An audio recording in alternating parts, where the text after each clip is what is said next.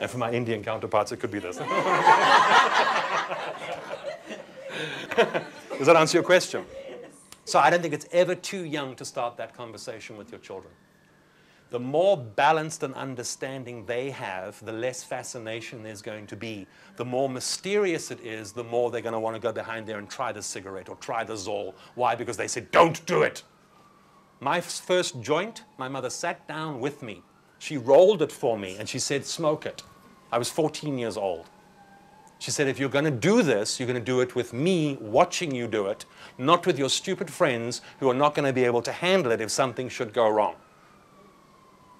Now is that responsible or irresponsible?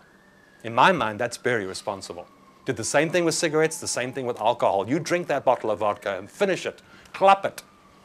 Oof, I never touched booze again. I'm not a drinker, and that turned me off to alcohol. Why? Because my mother and father took the time to educate me. Does that answer your question? Come, more questions, guys. Yes, ma'am. Yeah, sorry, I had somebody who called in and they said that their body or their blood is actually resistant to the ARVs available in South Africa. So they went to a doctor who's now doing research internationally. So they took a sample of the blood to find out if it does work with the one, with the drugs that are available internationally. So are you getting more of those, and what's the government doing about that? Government's not doing a whole lot about it, unfortunately, because it is quite a rare circumstance that we find. Normally, you're going to find somebody who's been on antiretrovirals a really long time. They started out at a late stage, and they went on to phase 3 or phase 4 of the protocols, or maybe even the salvage therapy. As a result of that, the virus has built up immunity to the drugs, and as a result of that, they now have to go overseas and look for different drugs. We don't see that a lot in the private sector or in the public sector. It's actually quite rare. It does happen, but it's the exception, not the rule. So I think in terms of establishing a conversation or a protocol around that, I don't think it's going to serve anyone's purposes, because it's going to be 1 in maybe 2 million people that's going to happen to. I have heard of it before. There are people I know personally who are in that situation, and they have access to drugs overseas that they can get. The South African public health system had 9 drugs that were available. They've now increased that to 13 drugs. In the private sector, we have 38 different drugs we can choose from. So it's a very different disparity.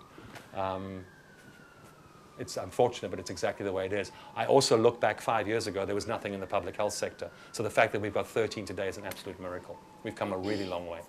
And a lot of people are panning what's going on in South Africa.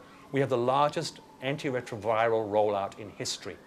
We have over 2 million people either on treatment or about to go on treatment or getting ready for treatment.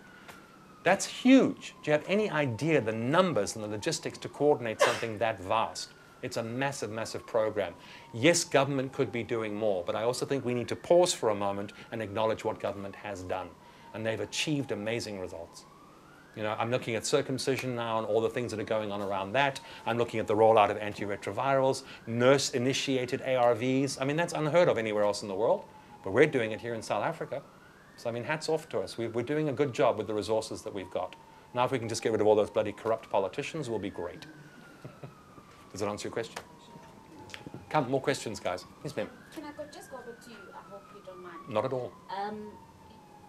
I got it off a toilet seat. Oh. At the time when you were infected, okay, in those years, it was a new thing, right? So did you tell your family straight away? And when you decided to tell your family, what challenges did you face? Well, my family was living here and I was living overseas, so it didn't really make any difference. To them, it was an academic thing. They heard a voice over a phone saying, I've got this thing called AIDS. And I was already a huge disappointment to my parents because I was already in exile out of the country. My parents were still here, so they clearly backed the nationalist government and everything that they stood for. So it was just yet another disappointment. Oh, God, now he's got this AIDS thing, on top of everything else. Where did we go wrong?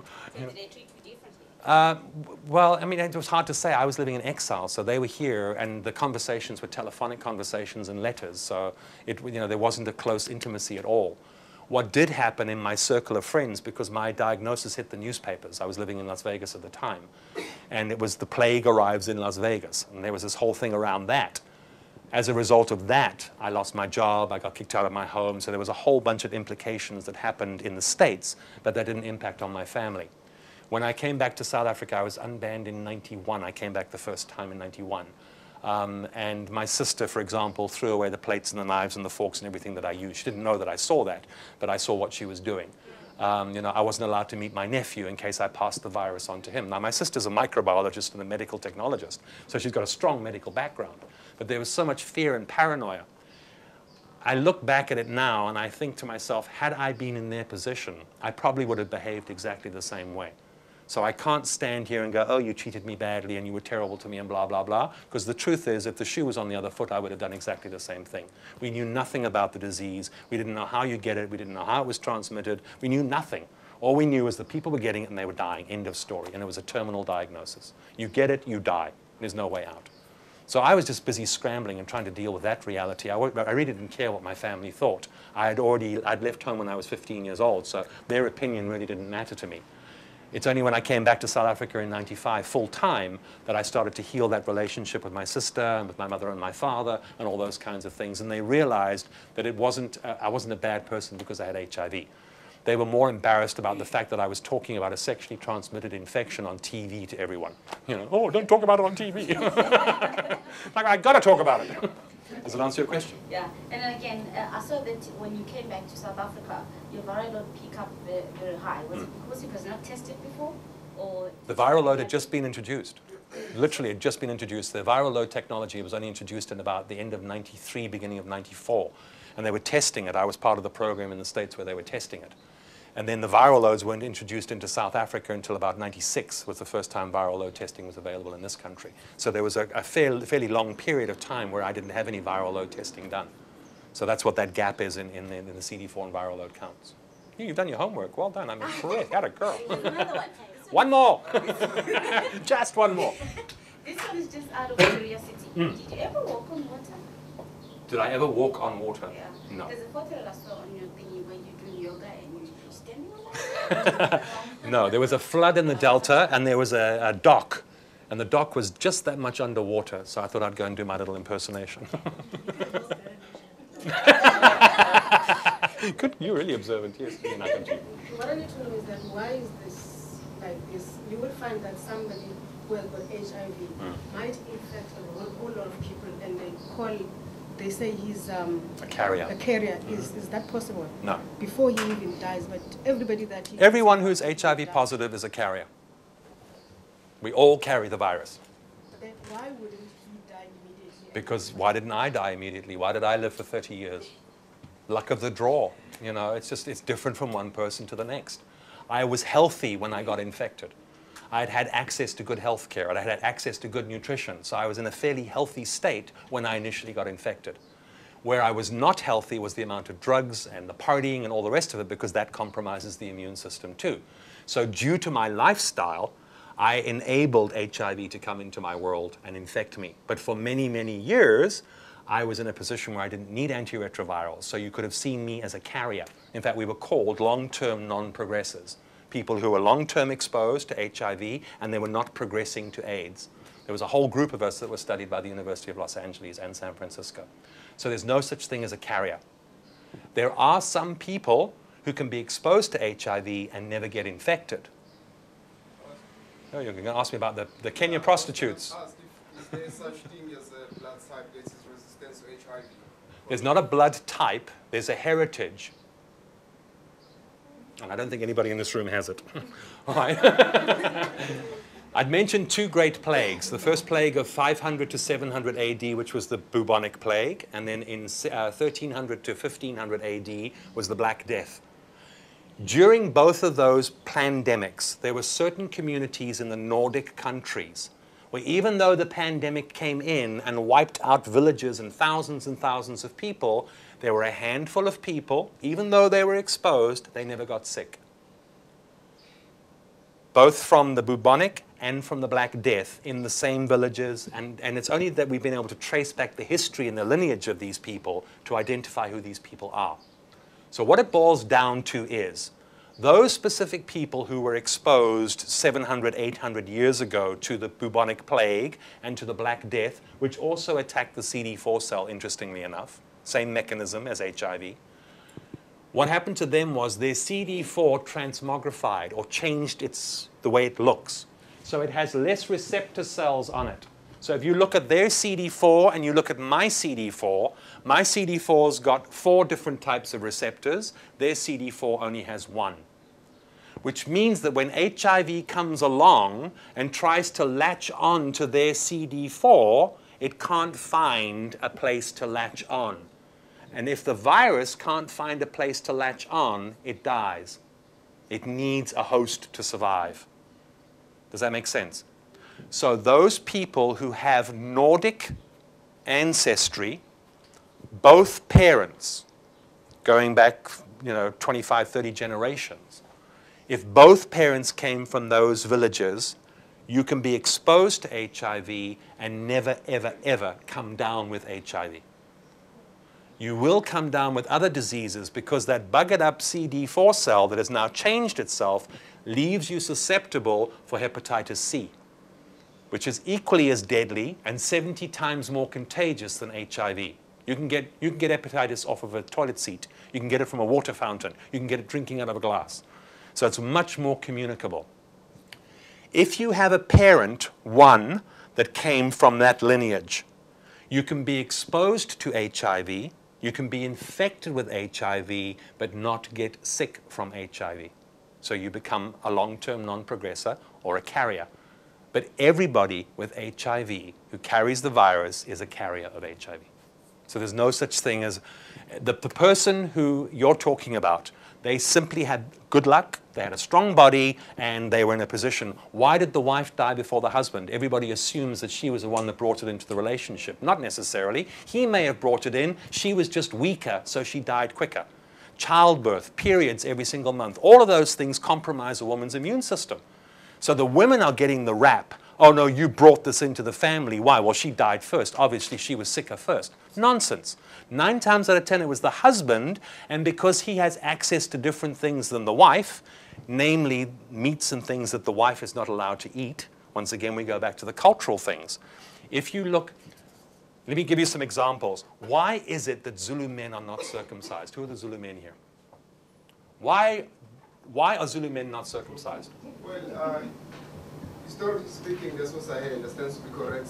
They used to, right? But because of the Shaga, who was the leader of the Zulus, he said, you know what, stop with that nonsense. I'm not going to have men going to the mountains, so you need to go and form the army so that we can take over whoever they see. 100%.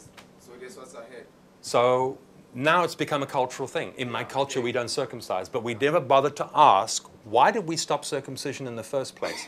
Which is why now the king is advocating for circumcision. We need to challenge some of these things because there's certain things within our culture that don't serve us anymore. For example, why is it in certain cultures women can't eat certain parts of the animal? They can't eat the brain, they can't eat the heart, they can't eat the liver, they can't eat the vital organs. Why? Do you know why? Well, there's... Yeah, I don't know whether it's effects on me, but I heard there's, with regards to eggs and cheese, things like that, dairy products. Same story. This is the way they actually stimulate women's hormones. Nonsense. That's what I heard. Yeah, no, I know that's what the rumors are. What actually happens, once again, if we trace it back into history, you've got a war situation. Who are the people you need to protect the most? Who are the ones who are going to protect the culture and the tribe? No, the army. So we give all the best resources to the army. We can always get more women and children. All right? What we need to do is to protect this army who's going to support the survival of what's left of this when we get back. So let's give the warriors all the best meat, all the best cuts, all the best of everything to ensure they have maximum strength. Now, are the Zulus still fighting in causes? Are we still beating the crap out of the Bavenda people? No, we're not. All that stuff is over. And yet we're still stuck in, well, in my culture this, in my culture that. We've never stopped to question because in its time, there was a reason for it. All of these cultural things come about as a reason and a response to a situation. Are we still in that situation today? And the answer is no. The fact that some women are not allowed to, while they're menstruating, work in the vegetable garden. What is the connection? I'm sorry. Do we question it? No. In my culture, we do this, we do that. All right? We need to start challenging these things. And I know it's difficult because in our culture, we're taught respect the elders and what the elders tell us. But some of the stuff the elders tell us is nonsense. So we need to be able to find the forum and the courage to be able to challenge it and do it in a respectful manner to say, when that was designed, this was what was going on. Is that still happening today? And if it isn't, do we still need to behave the same way? Cultures that don't adapt die. Look at the Khoisan. They haven't adapted. They've stayed stuck on their paradigm, and their population is dwindling. I work with them. They're dwindling and dwindling and dwindling. We're down to a handful of people now. Why? Because they held on to their culture so rigidly, they were not flexible. There's a thing called Ashby's law of requisite variety. And it's a theory. And what the theory says is the entity that is the most flexible in any situation ends up controlling that situation. Look at the rhino. I'm not talking about the slaughtering of the rhino. I'm looking at the animal itself. It has not adapted in 2 million years. It's the same creature it was 2 million years ago. Why is it dying out? Because it can't adapt to the changing world that we live in. So the species that is the most inflexible is the species that ends up dying. Evolution is a process that we all have to be a part of. And if you get stuck and stay in a rigid frame of mind, that culture will die. And we want to embrace our cultures. I mean, all of our cultures are so rich. There's so much wonderful stuff in it. Let's take the very best of it, and let's question the stuff that we know is destructive. And it starts with you. Don't wait for somebody else to do it. Going back to what we're discussing here, what I don't understand is you find a man who is HIV positive and wife is HIV negative. How does that happen? Go back to the viral load. And you find that the woman is testing it now and again, but still it's negative. Yeah, and it's fine, because once again, they never had sex during one of these spikes. So during the period, remember, 1 in 1,000 sex acts. You probably won't have sex 1,000 times in your life. Think about it. You probably have sex maybe once or twice a week, realistically. Now multiply that by 52 weeks and by your age, and then tell me how many times you've had sex. Maybe less than 400 in your life. All right? So the reality is, in that couple's 6-year or 7-year relationship, while one of the partners was HIV positive, they simply never had sex during this period. Had they had sex during this period, there would be a strong possibility that he would have infected her, or vice versa, depending on who was the positive one in the relationship. Once the immune system wakes up, it suppresses HIV for many, many years. It's only as the immune system gets weaker that HIV starts to wake up again.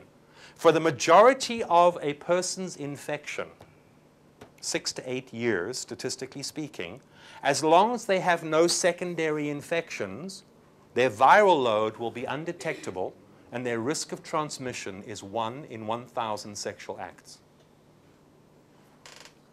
So luck, pure luck. It's like playing Russian roulette. So one of the things we advise is, when you're not feeling well, don't have sex. Simple. It's easier for me to say that to a man: if you're not feeling good for a couple of days, please refrain from sex, versus saying don't have sex for 2 months. Good luck with that one. But I can appeal to him and say, listen, you may not be feeling really well right now. Give them a brief explanation of this. You could be at a point where you are transmitting the virus right now. So my advice to you is refrain from having sex, or if you're going to have sex, make sure it's non-penetrative, and make sure you don't share bodily fluids. Masturbate each other, do something, find another way to entertain yourselves. But, no any outy stuff. And if you do, please make sure you use a condom. Okay, does that answer your question? It's all about the viral load. That determines everything. CD4 counts actually mean nothing. But everyone's got strung up on, CD4. It's nonsense. Come, more questions. Yes, ma'am. Sir, I just want to find out if, let's say somebody, okay, my question just disappeared. Don't you hate that? I have that too. It's called CRS. Can't remember shit. Some guys say, seriously, just run down. Don't you hate that? Like some people say when they start, the ARVs, and then they have the, I don't know whether to call it a side effects, they gain weight and whatnot. And here we, all hyped out about the BMI. So what can the client do? What can we advise them to do? Because they need to take the ARVs, but it's making, you know, them gain weight. We need them to be a certain weight, you know, in order for the application to go through. So what do we tell them to do? What do they do? Start exercising, start eating properly, start telling people what good food is. I guarantee that if I test most of you in here now about what is good food, most of you would fail. You don't have a clue about what good food is. So educate yourself around the food. Now, I'm not going to stand here and educate you. I've given you the resources. They're on your P drive. You go educate yourself. There's a book there called Positive Health. It tells you everything you need to know to keep your immune system strong, whether you're positive or whether you're negative. It makes no difference. Everybody should be doing those principles. In terms of the weight gain is not a bad thing. Where weight gain becomes a problem is when the weight gain is here. And most of that is not drug related. Most of that is diet related. Now, why is this a problem? Well, sitting here, you've got your liver, and then you've got your spleen. What happens is fat, that roll, sits there, and it doesn't just sit there. It releases chemicals into your body. And the chemicals then get attacked by your body. It's an immune response. So that little gut that you're all supporting, that nice little roll that you're all hanging onto there, and me too, I mean, I've got a bit of a roll here as well, that is not healthy. The biggest problem we're facing in South Africa right now is not HIV. The biggest pandemic right now is diabetes. And it's type 2 diabetes, and it's a lifestyle choice. People are choosing type 2 diabetes. Why? Because they're eating crap. They're eating a lot of processed food, refined foods. They're not exercising properly. They're eating their biggest meal at night versus the biggest meal in the morning. You know, you guys go home after a long day, you prepare a huge meal, you sit down at 7 o'clock, you eat your pap, your rice, and your 5 starches, and your 6 vegetables, and your piece of meat, and all the rest of it. You sit behind the TV for 2 hours, fall asleep on the couch, and where does all that energy go? It goes there and it goes there, all right? That's where it's going to go, your ass and your tits and your bum, all right? It's going to be all over your body. This stuff is releasing toxins into your body. So you're making your body work harder. Why? For what? It puts a strain on the pancreas. The pancreas can no longer regulate your insulin levels in your body. So the pancreas eventually just goes, ah, bugger it, I'm going to lose, forget it. You're on your own, dude. And then suddenly now you're type 2 diabetic, all right? You start to lose your eyesight. Now, what happens with diabetes is you start to lose the feelings in your appendages. So you lose the feelings in your fingers and your toes, your nose, your ears. Mr. Happy. Ladies, if you want a sugar daddy, get the one with the big old bop. The bigger the bop, the smaller the totty, and the less chance of it being able to go anywhere. All right? So that's how you pick out your sugar daddies. All right? Does it answer your question? Type 2 diabetes, much like HIV, is a preventable disease. So I put it into a lifestyle choice. You choose diabetes, you choose HIV. Now you've made that choice, clearly. Now how do you want to live with it? It's not about blaming, it's not about assigning guilt. It's just, you've clearly made a choice, now how can I support you? No judgments. How can I help? Makes sense. Come, more questions. Do you want to take a 5-minute break and think about it and then come back? Have a quick pee break? Cool, go have a pee. I'll be here. And one in the back. Is it being circumcised, right? Yeah. It reduces your risk of HIV. Yeah. How? By about 60%. On the foreskin are those Langerhans cells that I was talking about, those dendritic cells. So by taking off about 60% of the foreskin itself, you reduce the amount of Langerhans cells on the head of the penis. So the reduction of the Langerhans cell is what actually becomes a protection mechanism. It is not a fail-safe. A lot of men think if I get circumcised, then that's it, I'm never going to be exposed to HIV. It reduces your risk of infection by about 60%, but you still have a 40% risk. Where we're seeing people going wrong is they don't wait the healing period. You're supposed to wait about 6 weeks. And most men get too impatient. The first hard-on they get, they want to go and shag something. Right? And what's going to happen is the skin's going to break open, and it's going to allow a portal for infection to possibly take place. And not just HIV, it can be a whole bunch of different diseases as well. So we need to educate once again around, when we say 6 weeks, we mean 6 weeks. Not even masturbation, nothing. Don't even touch it. If it stands up, knock it down, all right? Don't touch that damn thing for at least 6 weeks. After 6 weeks, knock yourself out. But don't think for a moment that you're off the hook in terms of HIV. It is just it's a harm reduction strategy. It is not a cure-all. Does that answer your question? Would I advocate for circumcision? If that's where your head's at, then absolutely go for it. Personally, from my own personal perspective, I know in some areas they're paying 100 Rand. I'm going to hold out till the money gets a little more before I give mine away. I'm going to hold on to mine. Does that answer your question? Cool. I'll come to you now. Okay, I know of someone who is negative, right? Yeah. Their partner is positive. Yeah. So I was discussing the intercourse part. Isn't she afraid now? And she said, no, she's not, because there's a pill that she can take for 72 hours and she wouldn't get infected. Is that true? There is a thing called pre-exposure prophylaxis. You've heard of post-exposure. Post is I've had a needle stick or I had an injury of some kind. I may have been exposed. Let me take the ARVs for 28 days. There is a new program that government is now sanctioning. And what that program is you take the antiretrovirals to prevent yourself from becoming infected. So you take the ARVs before you become infected. And it does that whole thing I showed you so that the virus can't latch onto the CD4 cells. My question is, why would you want to take such toxic drugs to prevent something that a rubber condom will, act in the same way? Why would you want to go on expensive, dangerous drugs that can harm you in the long term, especially if your body doesn't need it? Remember, those drugs are designed to do very specific things. They're not designed to work on a healthy body that's unexposed, etc. But there's this whole new way of thinking that what we're saying to couples is you're positive and you're negative. You're on antiretrovirals just as a safeguard while they're trying to conceive a child. Let's put you on ARVs as well, just as a precautionary measure. That is called pre-exposure prophylaxis. I'm not a proponent of it. I think it sends the wrong message out to people, especially to our youth. Because what they're saying is, oh, I can take a pill and it's all okay. She didn't mention anything about the ARVs, but it's more, like